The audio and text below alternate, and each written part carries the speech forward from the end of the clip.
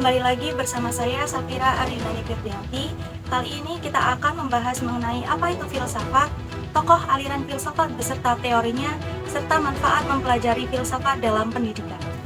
Istilah filsafat berasal dari kata philos dan sophia dari bahasa Yunani.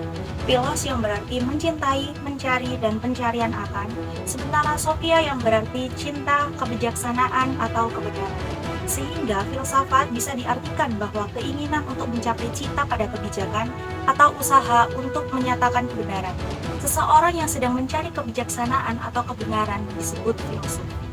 Dalam pendidikan, filsafat pendidikan adalah filsafat yang memandang pendidikan sebagai proses memanusiakan peserta didik sehingga mampu berkembang dan beraktualisasi diri dengan segenap potensi asli yang ada dalam dirinya. Yang pertama adalah Socrates pada tahun 469 sampai 399 sebelum Masehi. Mempunyai konsep bahwa filsafat adalah suatu peninjauan diri yang bersifat reflektif atau perenungan terhadap asas-asas dari kehidupan yang adil dan bahagia, atau principle of the just and happy life. Teori Socrates, manusia merupakan makhluk yang dapat mengenal, yang harus mengatur tingkah lakunya sendiri, dan hidup dalam masyarakat. Yang kedua adalah Plato pada tahun 427 sampai 347 sebelum Masehi. Teorinya Plato yaitu tentang negara merupakan puncak pemikirannya. Manusia menurut kodratnya merupakan makhluk sosial, sehingga menurut kodratnya manusia hidup dalam negara. Agar manusia dapat mencapai hidup yang baik, maka negara juga harus baik. Tokoh selanjutnya adalah Aristoteles pada tahun 384 sampai 322 sebelum Masehi.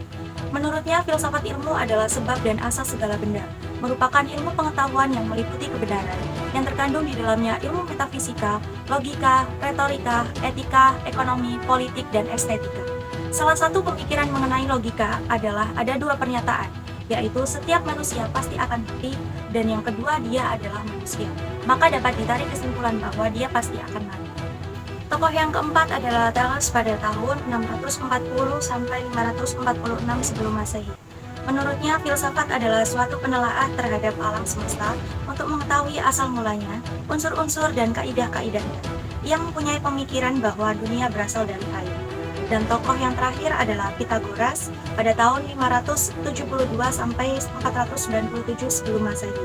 Pasti sudah tidak asing bagi kalian dengan namanya Pythagoras. Pythagoras mendirikan aliran filsafat Pythagorisme yang mengemukakan sebuah ajaran metafisis bahwa bilangan merupakan intisari dari semua benda maupun dasar pokok dari sifat-sifat itu. Manfaatnya adalah yang pertama, menjadi salah satu landasan dalam perkembangan ilmu pendidikan. Yang kedua, menjadi landasan dari kebijakan mengenai program pendidikan. Yang ketiga, menjadi landasan untuk berkarya. Yang keempat, menciptakan generasi peserta didik dan tenaga pengajar atau pendidik yang berkualitas. Dan yang kelima adalah untuk meningkatkan kualitas pendidikan. Sekian informasi yang bisa saya sampaikan.